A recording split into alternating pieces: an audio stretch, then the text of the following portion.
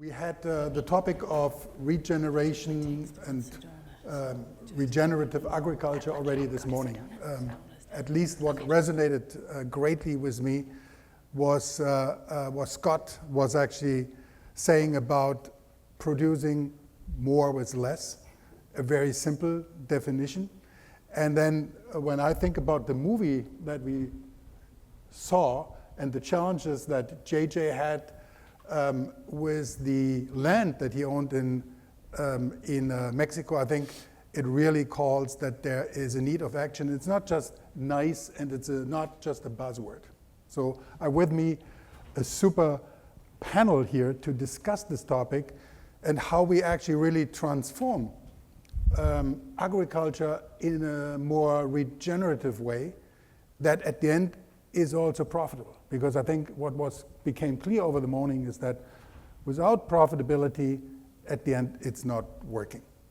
So, but we should introduce our panel first, and maybe you can tell a few words about yourself, but most importantly also, why are you passionate actually about regenerative agriculture? Why are you sitting here on stage with me? Well, that's a bigger question. Carissa, why don't you start? So I'll start. Hello, everyone. Carissa Cruz. I run an organization called the Sonoma County Wine Growers. I work on behalf of 1,800 farmers north of San Francisco, about an hour. Folks that don't know, we're the wine region west of Napa Valley. So if you're not from California, I start there for some grounding. And I'm really excited to be here. This is my second year at this conference and sort of in partnership thinking about specialty crops. We, as a wine region, we're the first wine region in the world that made a formal region-wide commitment to sustainability, where we were working with all of our farmers, 60,000 vineyard acres, 24,000 hectares of grapes planted, to be certified sustainable. And we reached 99% in 2019. And with that, which was incredible working together, so much collaboration, we really turned our sights to how do we then take the different assessments in our sustainability program and really focus on them one at a time and to increase more viability, efficiency, cost savings. So that can be anything from water conservation to healthy soils, thus the regenerative agriculture. And then what we realized is we're this. And people think of this as a luxury good. And people were not knocking on our doors because they didn't understand our farmers were really operating on as thin a margins as most of the farmers around the state or around the world. And so we had a bit of a, I want to say, attraction problem of getting innovation to wine grapes and to viticulture. So we really switched our thinking, and we call it going on the offense, to really invite folks in, which is how we got to thrive, is how do we do more collaboration? So my prop also serves, because why am I passionate about regenerative agriculture is because literally we're one of the only ag products that on every package, you can narrow it down to not only who the farmer is, the region it's from, the sub-region, the year, and then the vineyard. And the vineyard tells the story of the actual soil and what you're doing to it, the climate that is impacting it, and then all the practices that surround it. So I'm incredibly passionate because every time we move one bottle, we have the opportunity to tell that story. So it's absolutely critical to what we do. And it's fun to drink. And hopefully some of you have taken the opportunity yesterday to actually try this Cabernet Sauvignon, right? That is the one. And I'm looking for friends to have lunch with, so just let me know if you're available. I think you will be very, very... At least our panel. You will be very we only have a popular. couple open seats now, because The we're full. answer is yes. Jesse. Hi, yes, my name is Jesse Chisholm. I'm the Vice President of North America for Topcon. So Topcon is a mid-sized global tech company that works alongside OEM machinery manufacturers, building everything from combines to tractors to sprayers. We also work with integrators, people that are out there in the market, integrating our technologies into maybe enterprise farm operations, or even dealer network, right? So we're able to proliferate those products out there into the retail space to actually help growers adopt technology. Spending a little over 2 decades in the industry, my passion comes from starting, like many of you, in a startup environment and working alongside growers to adopt technology in the very early days of machine automation. Back then there was no instructions, there was very little, I would say, user interface And we were building all that based on the voice of the customer and their pain points and trying to overcome those using technology within the machinery fleet. Again, Topcon's position today is that we want to leverage our tech stack, which a core of that would be our positioning, would be our automation, connectivity, and then digitalization of that information from the farm. So for us, we see that that is going to empower growers into this next phase of agriculture when all the great topics we've talked about today really come to fruition. Thank you. Yeah. Jean, why are you passionate about regenerative agriculture? Introduce yourself, please. Yeah, so many reasons. Hello, everyone. My name is Rejane Souza. I am an agronomist by training, but a farmer by heart. So I'm the second generation of farming business. But I'm the Senior Vice President for Global Innovation at Yara and also responsible for the business development of our biologicals arm within the portfolio. Why am I passionate about regenerative agriculture? Because I've seen and testified since early age what technology and sustainable practices can do for resilience of the business. I have experienced seeing my father almost got bankrupted because he decided to go no tillage without any preparation. But I also could see the recovery that he could manage to pull by, as I said, applying the right technologies and really focusing on knowledge use efficiency at the end of the day. So yeah, I think that this is pretty much aligned with the oath I took when I became an agronomist as well. So it's a privilege to work for a company like Yara that is in the crop nutrition business, helping farmers to produce more food with the lowest impact on the environment possible. Right, so basically what we do on a daily basis is try to reinvent the way that we are actually delivering the nutrients that feed the crops that will feed us, to make sure that that can be done in the best way possible from a decarbonization perspective, but also at the end of the day making sure that the solutions, they are going to support the net profit for farmers. At the end of the day, everything that we do as companies here, they have to make sense for farmers. They are the most important people in this food value chain, and we do depend on them. So basically, I am, as I said, privileged to work with not only a fantastic team of professionals in my company, in the R&D department, developing new solutions, but at the same time also partnering with farmers to develop things that make sense to them. So yeah, it's a pleasure to be here, and I think that it's going to be a pleasure to have a conversation with my colleagues here. Great. And last but not least, Tom. Hey, Peter. Good to be here. Tom Green, Corteva Agrisciences, leading pure play ag organization. Within Corteva, I lead Corteva Catalyst, which is our newly rolled out external investment platform within R&D. And really, as Corteva Catalyst, we are looking to partner and drive innovation, through equity investment, strategic collaborations, really in companies and technologies that are strategic to our research portfolio. I grew up in the R&D organization, sit in R&D. I really love this sort of interaction with the R&D function and sort of keeping a laser focus on finding companies and technologies that we think really fit in our portfolio, help us drive faster innovation, better outcomes, and really, moving technology into and through our pipeline into growers' hands. So it really is about really accelerating that innovation. And so as I think about, regenerative ag or, sustainability, I would say, over my career, we've been, delivering on regenerative, concepts and sustainability concepts my whole career. And I think as I look at our industry, I would say, I'll speak more from a holistic, technology. I've never been more excited about the technology opportunities for us as an industry.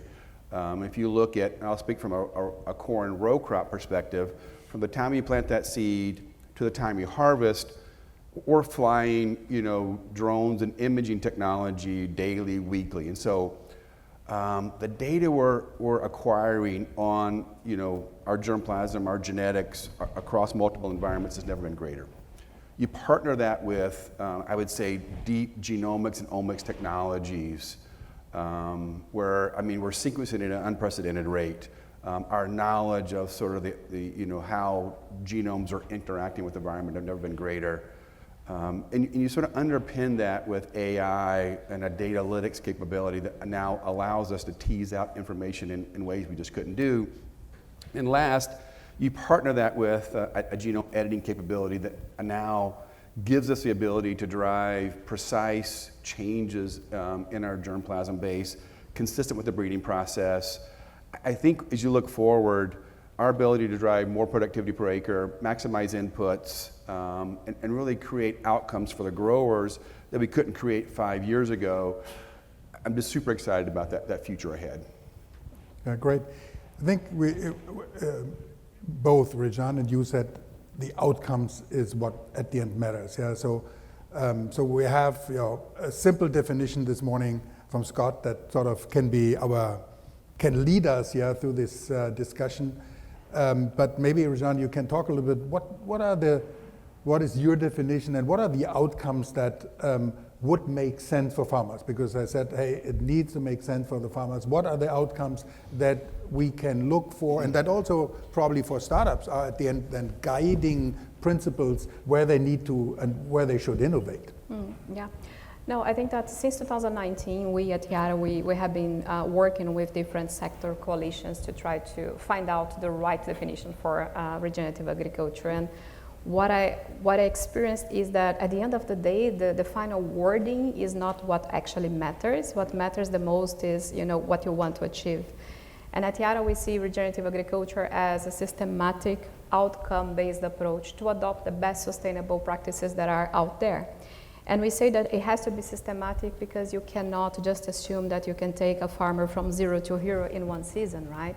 There are risks that are involved in these changes, and we have to minimize those risks for the farmers. We think that it should be outcome-based, not practice-based, because the practices are going to vary, right? For Carissa and the growers in the vineyards, it's going to be completely different from the corn producers. So it's context specific, but at the end of the day, if you focus on the outcome, then it's something that can be actually common to everyone. But what we noticed by talking to the SCI platform, OP2B coalitions, the Food Collective, is that normally the themes are repeating themselves. The most important, let's say, pillars that you want to address, they are the same. So we do focus mainly on 5 pillars. Climate, meaning that we do everything in our power to develop solutions, but also to measure the impact of those solutions on reducing the crop carbon footprint at farm gate. The second pillar we focus on is on the soil health. So as Yara, we monitor different types of indicators in field, not only on the fertility side, but also physical conditions and biological conditions in the soil. And we have developed our soil health score. Of course, if we start talking about definitions here, we're going to have tons of definitions for soil health as well. What we have done is only focus on the most important indicators that can help farmers to move the needle to get the soils to be more productive and more functional. The third pillar is on resources efficiency. We're talking about sustainability, is about producing more with less, with the highest efficiency possible. So as a fertilizer company, you might imagine that nitrogen use efficiency is one of the key criteria that we evaluate. But of course, topics like water use efficiency are also very important in our context. We do believe that water is going to be the next carbon when it comes to frameworks, to pressure, when it comes to the solutions that we have to create to help farmers. So water is important in that context. Biodiversity. Again, being humble enough is also important in this game. So we do understand that as a fertilizer company, we cannot impact that much biodiversity, but we do measure what is the impact of the extra yield we can provide in terms of reducing the pressure on land use change. And last but not least, the most important indicator we measure is net profit for the farmers. As I said, the solutions, they have to make sense and they have to pay back. And then, of course, I think that we do measure this in different ways. We do have projects with many of the large food companies. In Colombia, as an example, we do partner with Nespresso to help farmers to provide coffee that is attending the sustainability parameters that Nespresso has for the sourcing. So we work with 15,000 farmers that are actually incentivized by Nespresso to run soil analysis, and actually utilize crop programs that are going to be generating low carbon coffee and delivering the aspects in terms of flavor that Nespresso is looking for. In Europe, we partner with PepsiCo to decarbonize the potato value chain production for the Lay's brand that they have there. So it's more than 1,000 farmers investing in low carbon fertilizers and technologies that will reduce the outcome in terms of decarbonization. And at the end of the day, we also provide support, as I said, on the soil health part. So we do have our own soil lab that provide analysis to farmers. We do run, give or take, 1 million analysis on a yearly basis. That covers 10 million hectares, and that means farmers can get the recommendations and make that decisions on how to run their programs. So basically, as I said, definition, focusing on the pillars, but making sure that the indicators, they actually tell you something about the end game, that is at the end of the day producing more with less. For me, sounds like a pretty comprehensive framework with these, I would say, 5 pillars. What I personally like is that at the end, it's not just, I think, when you have these definitions and then you actually have metrics that you follow up, I think this is how we also move away from the buzzword regenerative agriculture to something that at the end is really that you can translate into practice and say, okay, that's what I want to achieve. I wonder, with this comprehensive framework, Carissa, how does that resonate with you? You are representing growers. Yeah. What would be basically from Sonoma Wine County, let's say, really a relevant outcome for your growers? Yeah, well, I'll just use the way John started the conference last year, which is you can't be in the green if you're in the red, right? You can't go green if you're in the red, and I think so. You hit exactly on that. I mean, our farmers have a set tonnage price, and so they're either going to farm for quantity, so can I increase and sell more tons to make money, or I'm going to farm for quality because I'm getting more money for that ton.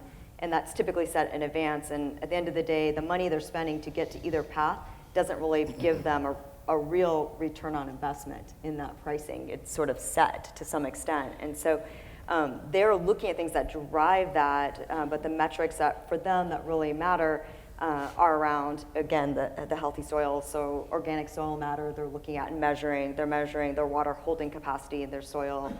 They're looking at the actual water distribution in the plant itself. So in the vine, is it healthy?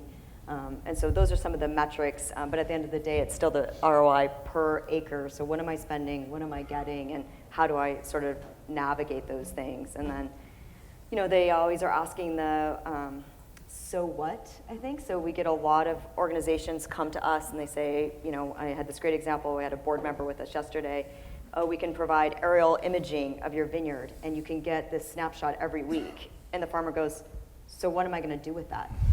So that's great. I really just need it once a year at the beginning of the season, and then come back and I'll look and make, because if you send it to me every week, I'm probably not going to look at it. And even if I did look at it, I'm not going to make any different decisions based on it. So we kind of apply that very common sense, like what is a data or an outcome or any sort of technology framework going to give us that is actually going to motivate us or cause us to make a different decision to support what we're looking at, which is that overall health of the vineyard, but then also health of our P&L. You highlighted that this strong commitment to sustainability from basically your county there. Are there any practices that really, I would say, you are a fan of? You say, okay, this is really cool. That have been adopted over the past decade or so, that you said that is amazing and changed the way you basically do a more regenerative practices. Yeah, I mean, it sounds really old school now because I think things are moving so quickly, but I mean, we still talk a lot about composting and adding that organic matter back at the beginning of the season, your cover cropping. We're really doing a lot with tillage and conservation tillage, and what we're learning, it's not a yes or a no. It's very site specific, it's soil specific, so I think that's what's unique. We have 19 different smaller regions within Sonoma County, which is already a small wine region, and so all of those have different climates and soils. So given that, we are really we're getting very granular in understanding with this soil type, with this climate, with one of our 106 different grape varieties we grow, this is the outcome that we're getting. So for us, it's about really learning what those interactions of those practices are leading to either better quality or better production. And, So. yeah, I think it's great, and it shows that these practices are reality today. Obviously, here we are together to think about the future. What will the future bring? Yeah, and maybe Tom, we start with you, since you are sort of looking over investments into future technologies. What are the key innovations that you are targeting, looking at, that would make a really impact on regenerative agriculture of the future? It probably won't be a huge surprise. I would say two areas, genome editing and biologics, and I'll touch on both of those. But I did want to sort of comment on your imaging, point.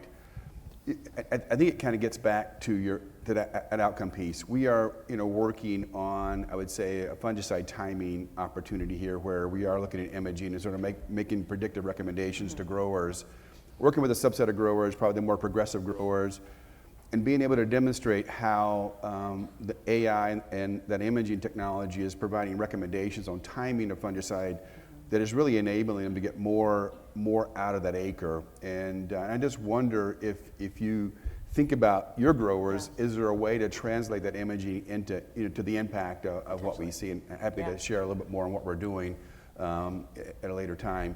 But as you look at genome editing, I really sort of, again, my earlier comment, I think the convergence of technologies, I think we're on the tip of the iceberg from a row crop standpoint, and I would say probably an even greater opportunity as you look at specialty crops. And maybe the previous panel talked about, the whole health opportunity in our food system. And I look at genome editing as really a tool that we haven't had and we've needed for a long time.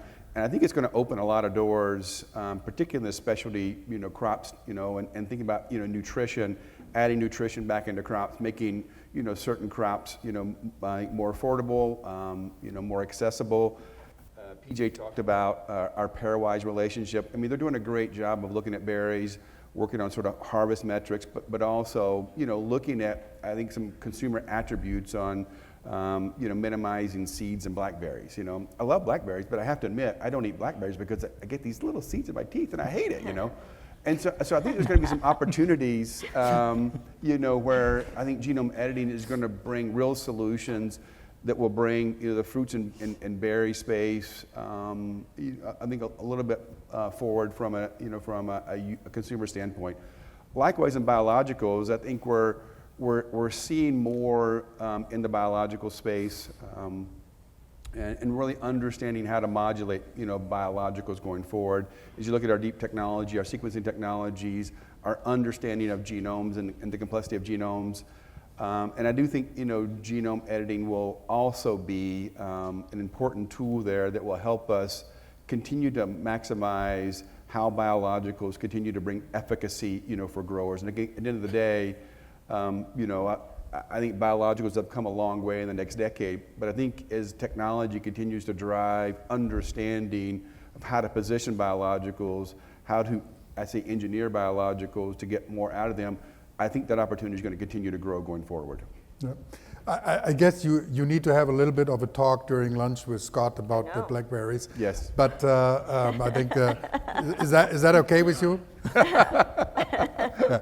But I think what you describe as areas where I would say really the deep insights into science, that is deep tech, are influencing basically or enabling technologies of tomorrow. I think this is and that's also something I observed. Yeah, and I would also say in some ways it's segments that have been underserved from a technology standpoint, you look at row crops, they've had a heavy investment in technology.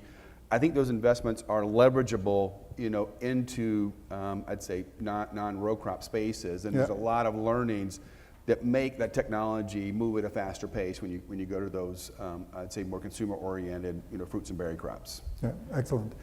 Rajan, what are the innovations that Yara is focusing on when it comes to regenerative agriculture?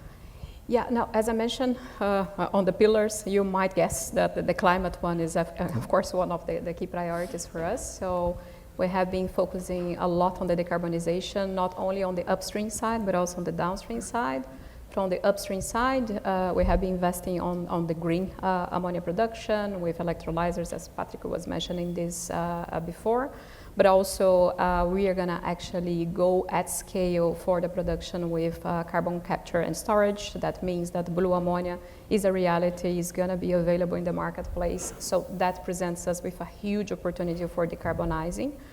But also, as Patrick said, 50% of the carbon footprint that can be attributed to nitrogen fertilizer, can be mitigated in the factory, right, with the raw materials and the processes utilized, but 50% has to be addressed in the field. And in that context, we focus on the 4R approach, right? It's about applying the right fertilizer in the right moment, in the right place, and also in the right rate. Because by predicting the situation that you have in terms of weather conditions and also soil type, you can actually mitigate the emissions by a great deal. So we are focusing on solutions that are utilizing satellite imageries, for instance, at scale, no cost for the farmers, so they can actually apply nitrogen in a variable rate application, meaning it's according to what the plant needs at the end of the day.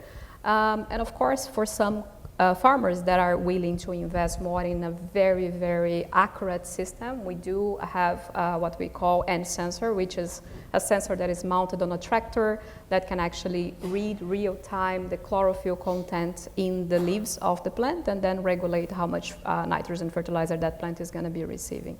So in that sense, for the decarbonization perspective, all the developments moving forward are to reduce the carbon footprint per ton of output crop and to increase nitrogen use efficiency. Patrick also mentioned the 55% of nitrogen use efficiency at the global level. If you can reach a safe corridor of 75 to 80% of nitrogen use efficiency globally, there is a huge impact on decarbonization because they are not competing priorities. They can go hand by hand. And to your point on biologicals, of course, that's quite high on the agenda as well.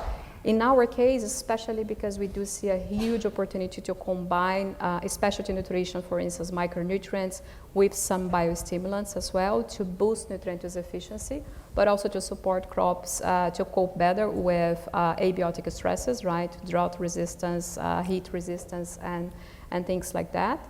But I think the most important thing, as you said, Tom, and I agree with you, is articulating the mode of action in those biologicals and biostimulants to actually deliver the outcome we intend in the right conditions. Every time that we talk about the biostimulants, there are people that are going to be yay, and there are people that are going to say, wow, this is only snake oil. Both are right, because we do have companies, and now I think that moving forward, what AI and large language models can help us is to predict the moment that these products are going to actually deliver the highest value to farmers. So that is one of the pilots that I'm quite excited about, because we are now providing this as an internal tool to our own agronomists to actually, by asking questions to a GPT-like model that we have developed, they can actually find the right recommendations for farmers, and it's not meant to be a blanket approach, right? It's recommending what makes sense in that given condition, depending on the stress that this farmer is going to be exposed to. What I love that I see sort of, this when you come from this buzzword that I think was your responses, it comes this picture how actually regenerative agriculture looks like.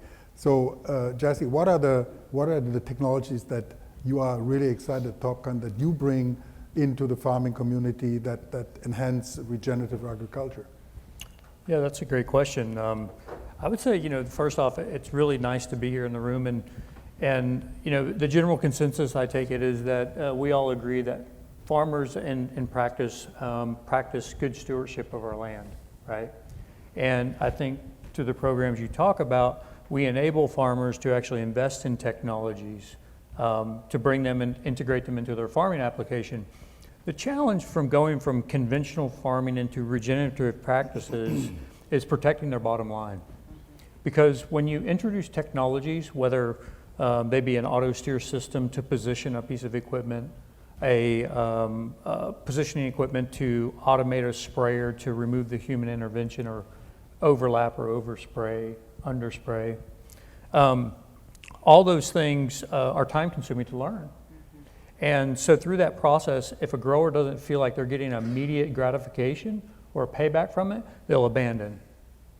And I think that's one thing that in corn and soybeans, we have had a really nice adoption of field to farm technologies, but in the specialty space where it's a lot more intensive when it comes to chemical usage, it comes to labor. I think there is a lot of technologies that we have today that we could deploy to those farms, such as water management systems, to be able to use our natural resource a lot more effectively than we have been letting, again, runoff go straight to a ditch or something like that. The second one would be in specialty crops, speaking about California, it's yield sensors. Being able to actually now give that farmer that's, for all intents and purposes, yielded that crop manually with laborers walking around getting weights and looking at fruits or whatever the product may be, to where we're actually weighing that real time down to the block of trees or even down to the tree and sending that data wirelessly to the cloud.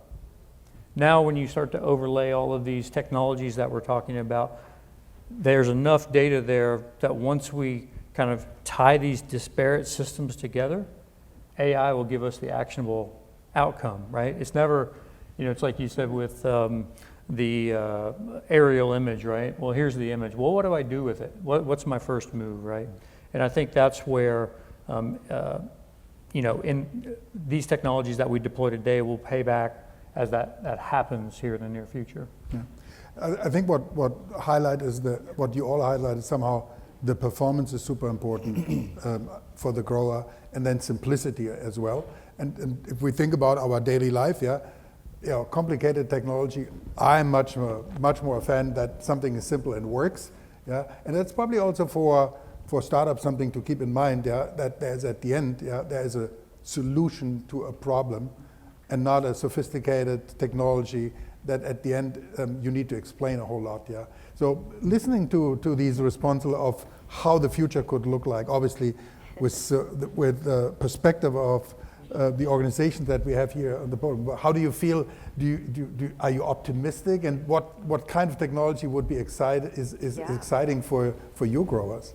I'm certainly optimistic. I mean, I think it's a really exciting time. I think we're in a bit of a transformational phase where we can really be strategic about how we invest in technology and innovation to support agriculture in general. So what's interesting to me is we talk a lot about this regenerative farming. I'll be honest, the things impacting our farmers the most are labor. So cost of labor, labor attraction, labor retention. And so I think we think about regenerative soils, we think about composting, we think about all of those things, but at the end of the day, there are so many touch points, specifically in vineyards, that you go through that are really irrelevant of any of those practices. It's, dropping fruit. So identifying if it's green or not and dropping it and having a mechanism to do that without ruining the vine. It's canopy management, removing literally leaves. It's those weed management. It's those passes through the vineyard. So I think where I see technology playing is, and we joked about it years ago, like at some point, do we really have a crew of robots that are going through our vineyards and are doing those things, and they don't need a lunch break, and we're not worrying about time cards and Cal OSHA and everything else, and the compliance piece that just burdens all of our farmers so much, but really helps them get the job done in the most efficient way, because then that frees up the space then to think about the healthier soils and the water conservation and investing in all of this other technology, because right now labor is sitting at the bulk of their cost of farming. So I think I hear this autonomy. Yes. Would be a great thing for your grower. Hopefully then there won't be autonomy then on the drinking. I think this should be still done by we would humans. Like to still do that ourselves. Yes. We don't want to give that up. We can give up certain things. We should maintain others. Exactly. No, absolutely, yeah. So now some of the technologies, I think they are pretty deep, they're complicated. How is that, can you all do that yourself, Tom? Is collaboration important? And talking particularly here also at a conference where there are startups, and how is that working? How important is collaboration? Where is collaboration important? And talking a little bit about your activities at Catalyst. I would say external investment, external collaboration has really never been more important for us as an organization. We have a wonderful R&D team, 5,300 individuals, just really good capabilities. But we also recognize we don't have all the solutions, we don't have all the ideas. And really, Corteva Catalyst was really launched to really help facilitate a better interaction with the external community, startup community, to build relationships, to build partnerships, to be able to extract and partner on technologies. If you look at Corteva Catalyst, we launched in March of 24. We've made 10 investments over the last 18 months. So a great start. We have a long way to go, but I think we can point to those investments to, really sort of strategically align, to our research priorities. I look at Latin America. We made 2 investments in Latin America, one in Puna Bio. They're doing a great job of sort of mining extremophiles and really giving us a view into a biological space that we could never get, in North America. They're selecting, extremophiles from this Puna region in Argentina. They've been selected to work in these harsh environments for millennia. And what we're learning is, at least in early data, there's some performance differences with these biologicals. Certainly at the genome level, there's a different complexity that they're bringing, and hopefully that will translate into better microbes, better performance. And they've got some early products in the marketplace that are really helping drive better soil health and really improve producibility for growers. And then Symbiomics, they're really an organization in Brazil focused on endophytes. Again, another important space that we're trying to figure out as an organization, but really bringing some really great expertise, overlaying genomics, and even thinking about genome editing in the endophyte space. And so I think that's just 2 great examples where we're partnering to accelerate innovation in areas that we're probably not the best experts today internally, and really giving us access to innovation that we just really probably have a hard time accessing if we try to do this alone. And I think it's encouraging that also large organizations see the need, and I would say using these ecosystems that exist globally. You were mentioning organizations that are in Argentina. I think there is really great ideas around the globe, and it's important that we use them. So maybe as we basically go to the final stretch of our panel here, let's shift gears and look a little bit into what is hype and what is the reality. So a couple of questions, Rajan, starting with you. So carbon sequestration versus nitrogen efficiency. So what do you think matters more in 5 years? Agronomist type of answer. Both, or it depends. No, I think that I would say both, but given the fact that half of the global population is fed because of mineral fertilizer, and the consumption is only going to grow moving forward, I think that nutrient use efficiency is a no-brainer, right? There is no way out, and for me, that is kind of one of the most important recipes to make sure that we can produce more food with the lowest impact possible. So I would say nutrient use efficiency would be top priority, but carbon sequestration is for sure one important maybe revenue stream for farmers on the short term as well. Good, thanks for this perspective. Now, Jesse, when we talked already about autonomy, so will autonomy make just farming easier, or can it really contribute something to regenerative agriculture? Yeah, that's a great question. I don't know if we'd ever get a farmer to agree that autonomy is going to make their life easier, right? It's just the nature of the farmer, but You think growers always complain how difficult things are? Hey, I'm married to one, so I could say yes. That is true. No, I actually think it's going to do both, right? I think that within the conventional methods today, autonomous vehicles, right? We possess the technology to do that today, and as supervised unmanned vehicles, whether that be a drone today, whether that be a tractor or sprayer, they're going to go out and perform, we'll call it just task level infield operations, right?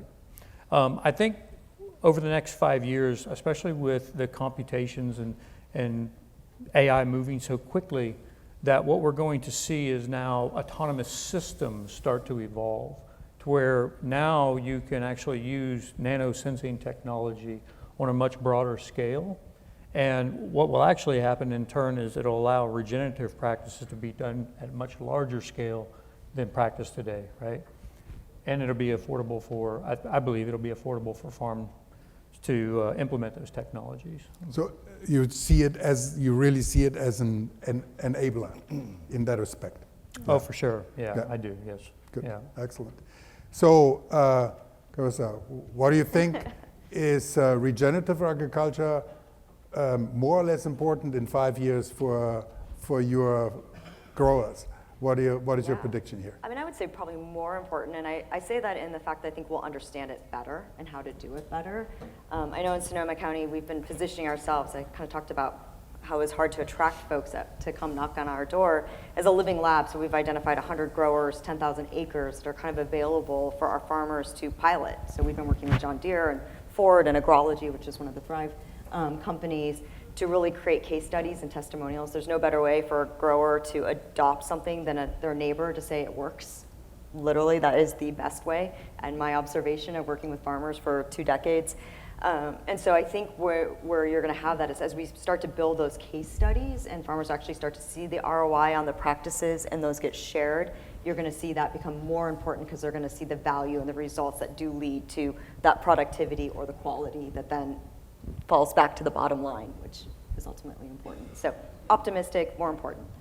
2 thumbs up. Great. And a bottle of wine. Great, sounds good. And the bottle of wine is already here. Yeah. And we'll finish with a very quick survey. We have a great panel, diverse, and so I thought that it's useful here for the audience to see how this panel rates on certain trigger words, I call it. And I'm so gonna cheat off the agronomist. I'm no, gonna no, tell you no, that no. right now. And I want We you should to have the just bottle of wine first. for each of the words, just either it's thumb up, thumb down, or neutral, or I don't know. Yeah. So 10 words, and hopefully you take a little bit of a survey here from this. And I think the questions here, how will these words or how will these technologies enable and get traction in the next 5 years? So it's about really, will it have an importance in the next 5 years? Soil carbon sequestration. Okay, that's Rejan is a little bit more optimistic. I'm more optimistic. Nitrogen use efficiency. Yeah. Okay, that's a very clear thumb Yes, up. we're like, Biodiversity metrics. Yeah. Not so convinced. Water use efficiency. Okay, that's a good one. Renewable energy. Yeah. Crop carbon footprint. Okay. Gene editing to enhance crop resilience. you should know my answer. We don't allow GMOs in Sonoma County, so I think I'm like, it's going to be there, but. It's not GMOs. Oh, yeah, I know. Precision wheat application. With application. Oh, yeah. Okay. Split vote. AI enhancing for farm management. I think that goes back to the soil health. Oh, I think it's ecology in general, right? Yeah. Everything from air quality, water quality. And then I think the last one will be thumb up. I assume it's on-farm automation and robotics from everything we heard. Excellent. Thank you very much. You have been a great panel. Hopefully you enjoyed the session, and make sure regenerative agriculture is not a buzzword. I think there is actionable things we can do and innovation that needs to take place. Thank you very much to all of you.